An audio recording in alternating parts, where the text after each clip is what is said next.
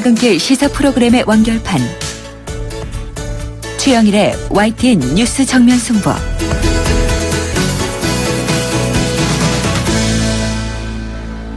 YTN 뉴스 FM 뉴스 정면 승부 2부 시작합니다. 이번에는 YTN 국제부를 연결해서 나라 밖 소식 알아보겠습니다. 전준영 기자. 네, 안녕하십니까. 네, 자, 어젯밤에 전해진 소식이죠. 올해 노벨 문학상 누구도 예상하지 못한 뜻밖의 인물에게 돌아갔는데요. 네. 미국의 대중가수 밥 딜런이 시적인 노랫말로 이 수상에 영예를 안았습니다.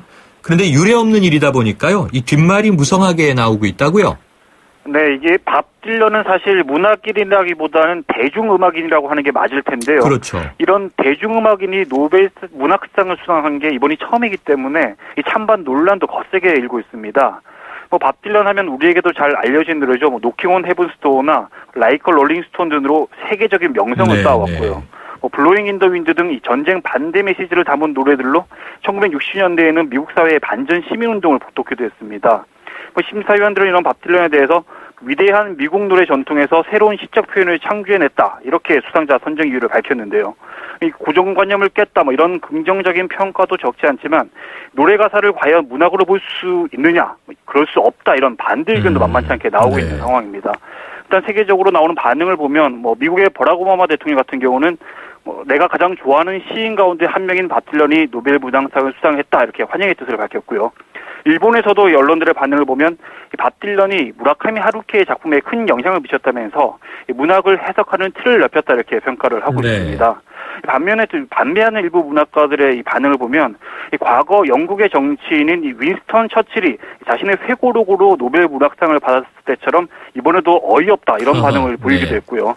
또 밥 딜런 스스로 노벨 문학상 수상을 거절해야 한다, 이런 목소리가 나오기도 했습니다. 사실 그동안 이 밥 딜런이 여러 차례 노벨 문학상 후보로 거론되긴 했지만 이 가수라는 점 때문에 수상 가능성을 진지하게 본 전문가는 없었는데요.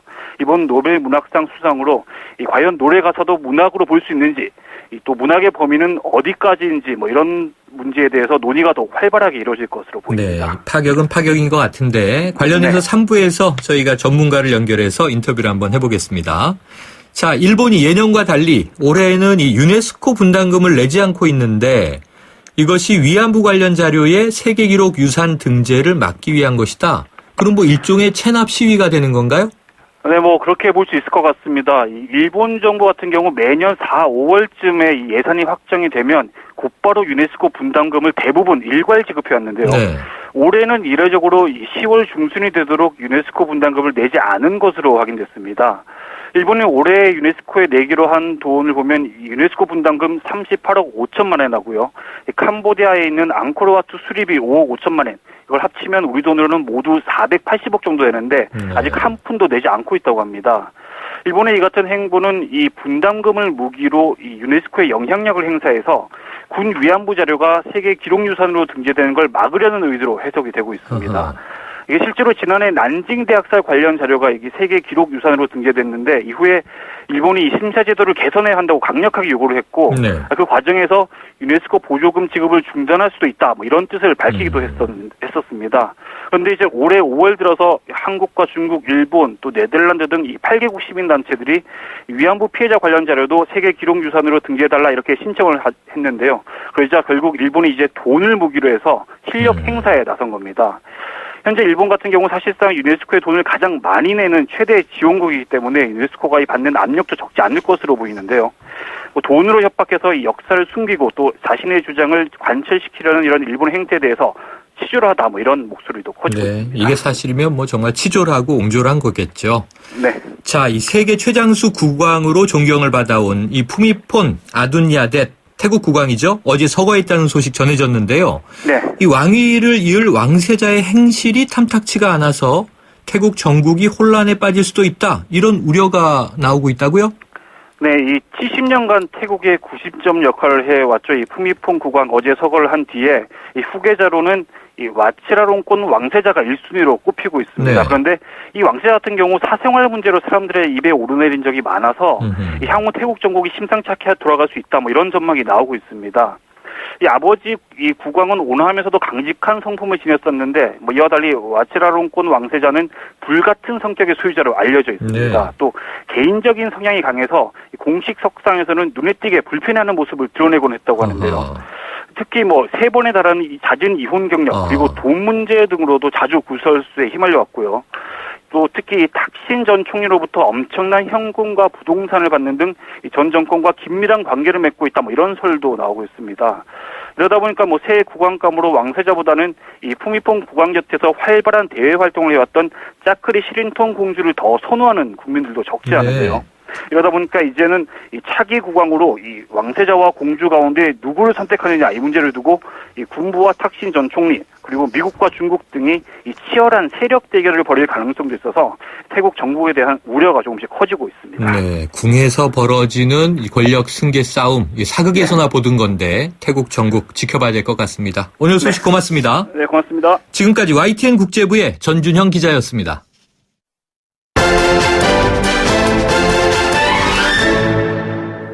네, 어제로 지난 4.13 총선의 공직선거법 위반 공소시효가 끝났죠. 최종적으로 국회의원 33명이 선거법 위반 혐의로 재판에 넘겨진 상태인데요.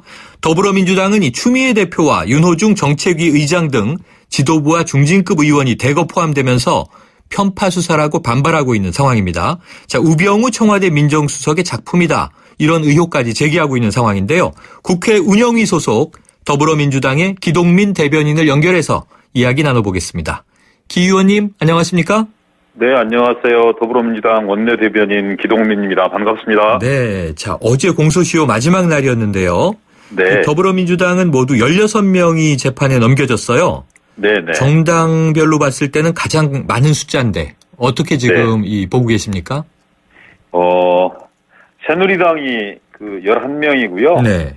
더불어민주당이 16명, 국민의당이 4분, 그리고 무소속이 2분 해서 11대 22예요. 네. 그러니까 어찌 보면 총선 끝나고 나서 총선 민의에 기반해서 여소야대를 존중해서 소통과 협치의 국정 운영을 하겠다 이렇게 얘기했지만 네. 뭐 여소야대를 존중하기는커녕 검찰 기소만 여소야대로 이렇게 존중한 것 같아요. 그냥 네. 부당한 탄압이고 야권에 대한 존중하지 않는 걸 이런 식으로 나타냈다고 생각합니다. 네, 탄압이다. 이렇게 지금 말씀하셨습니다.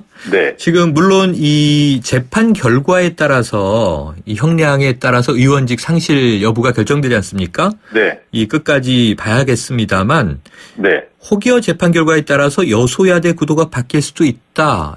이런 점은 어떻게 보세요? 그래서 좀 이렇게 불순한 의도가 있다 이렇게 보는 건데요. 네네.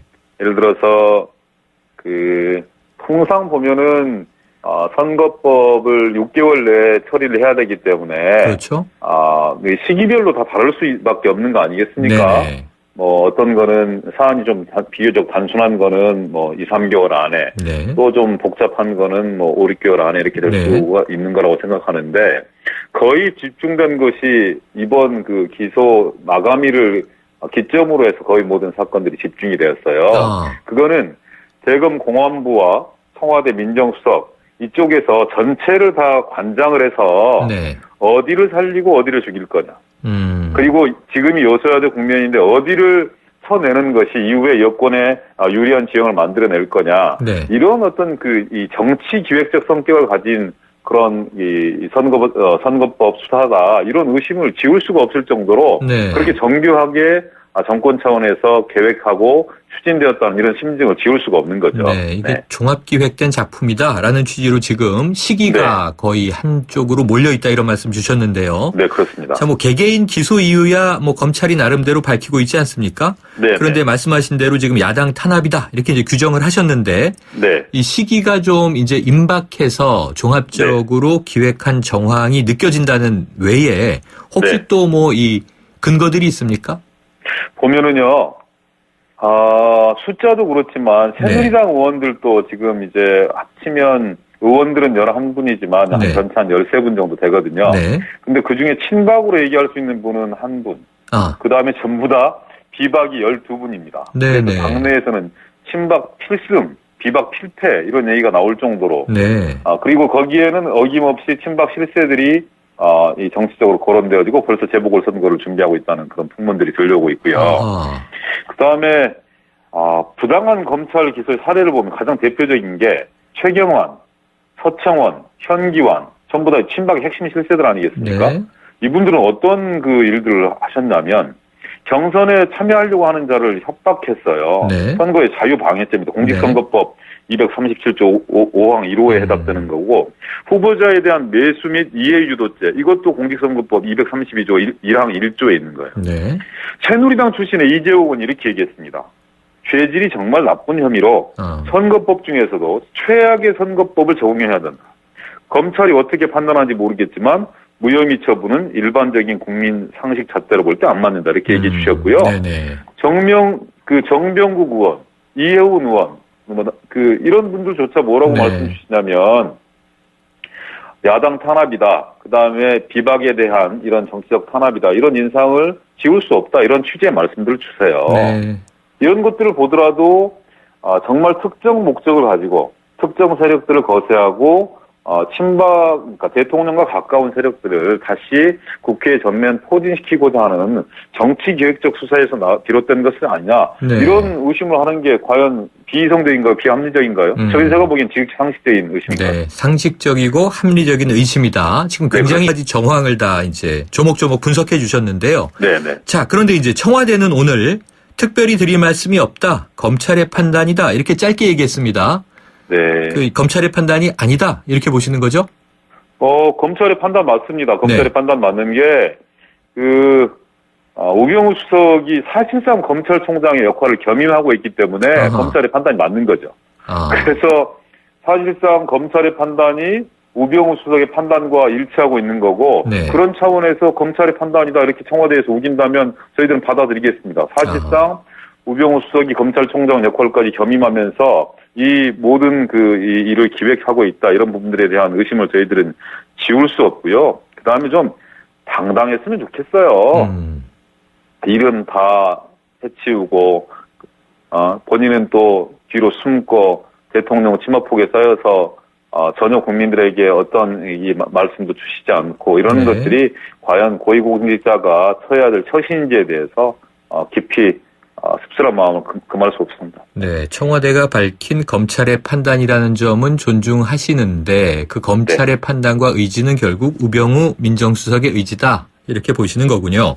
그렇습니다. 자, 그러면은요, 지금 이제 조금 전에 그 여당 내 상황, 여당 의원들도 야당 탄압이 맞는 것 같다라고 일부 보신다고 이제 또 증언을 네. 해주셨는데, 지금 추미애 대표의 경우에는요, 이 네. 최경환 의원, 윤상현 의원, 현기환 전 정무수석, 무혐의와 네. 다르게 이 허위사실 공표를 해서 선거법을 위반했다. 결국 기소가 네. 되지 않았습니까? 네네. 이 사안은 어떻게 보세요? 기소되지 않을 사안으로 보신 건가요?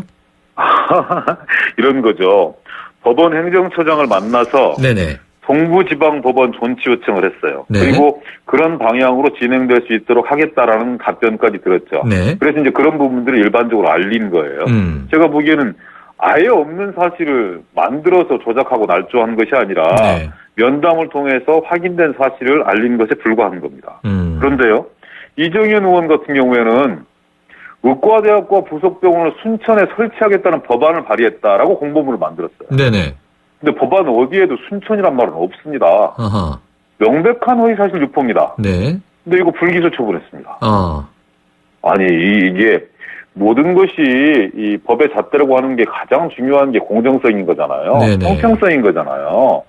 한 사안에 대해서는 대단히 경미한 사안을 허위사실 유포로 야당 대표를 기소하고 여당의 대표에 대해서는 명백하게 허위사실임에도 불구하고 공보물에 명시되어 있음에도 불구하고 불기소 처분한다.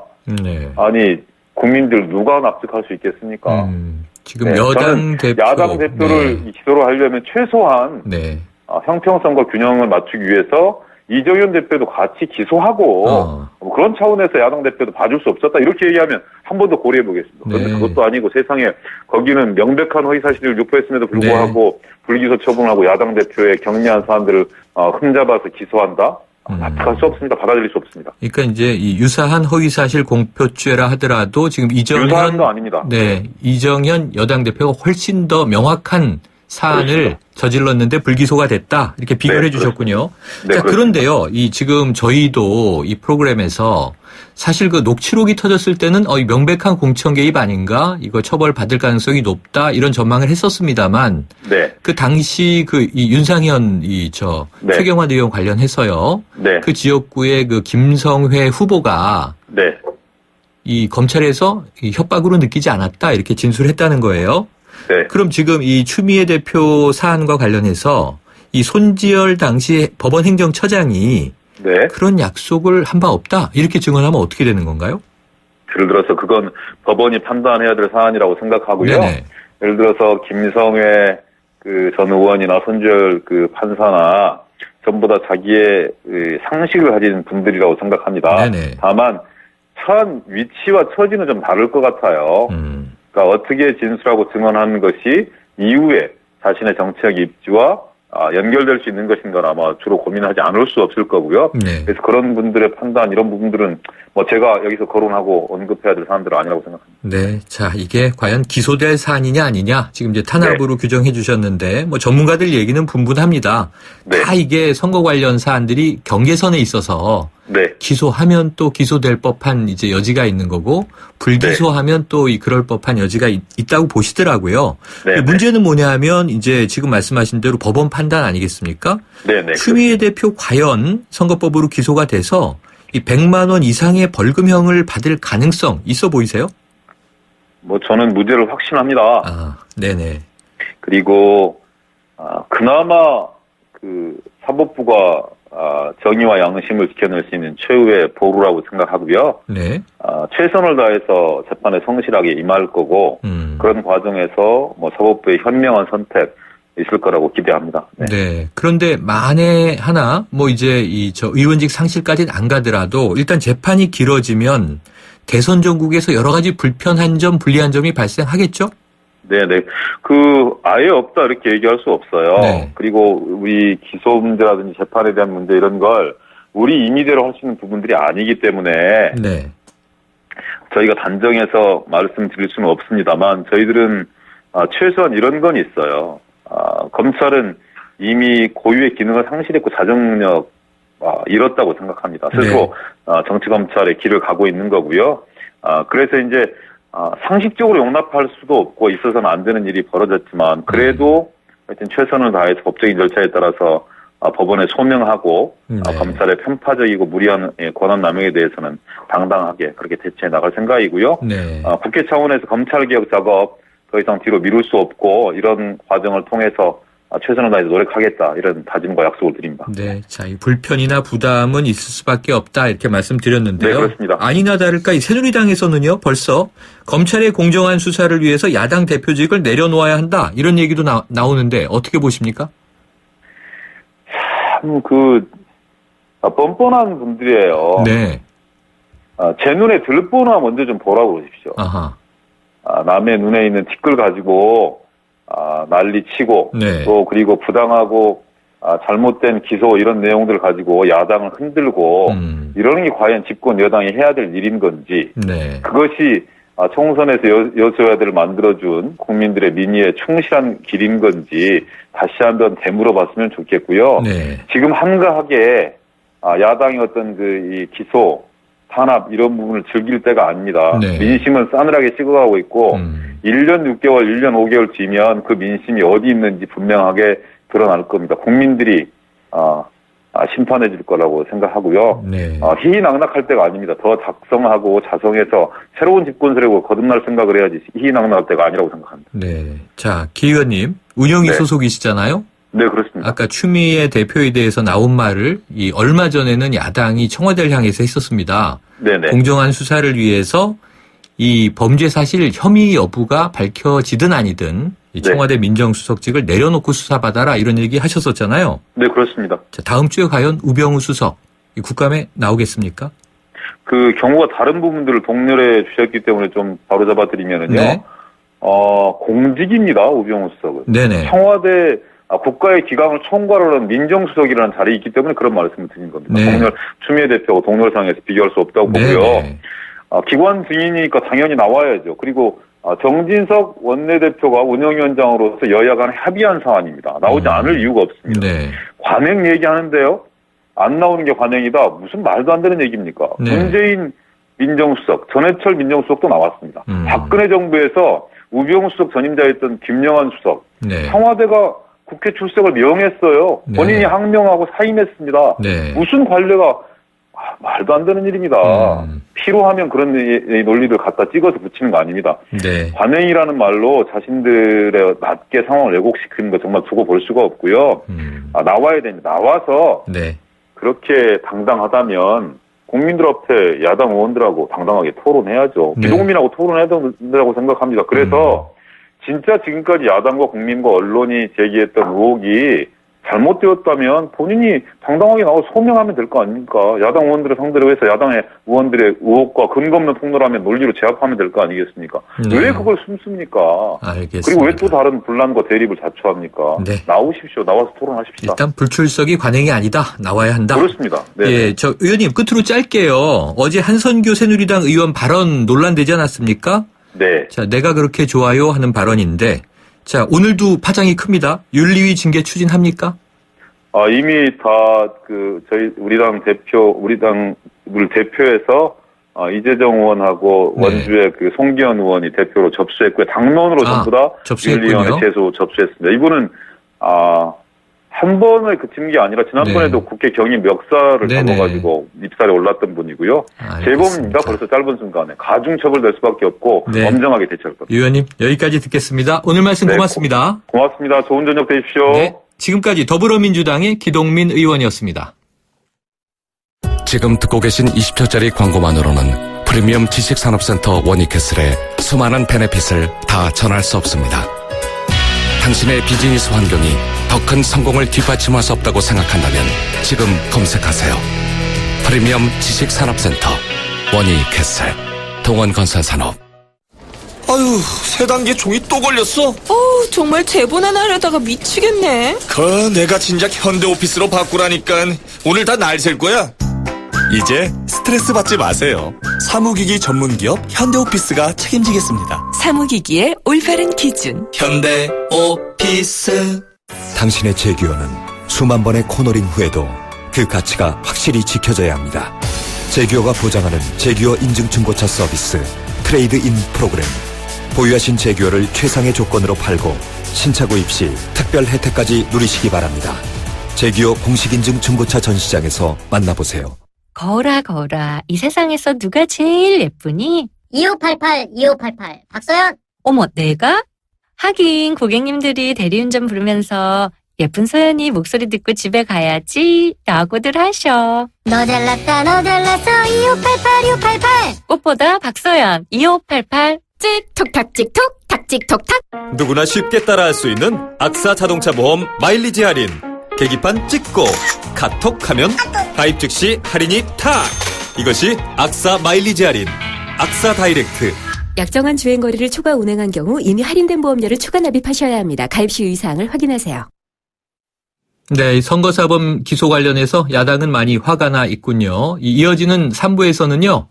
이 관광버스 안전 문제 또다시 터졌는데요. 짚어보고 그리고 이 미국 대중가수 밥 딜런의 노벨 문학상 수상 이야기 나눠보겠습니다. 2부 여기까지고요. 7시 뉴스 들으시고 3부로 돌아오겠습니다.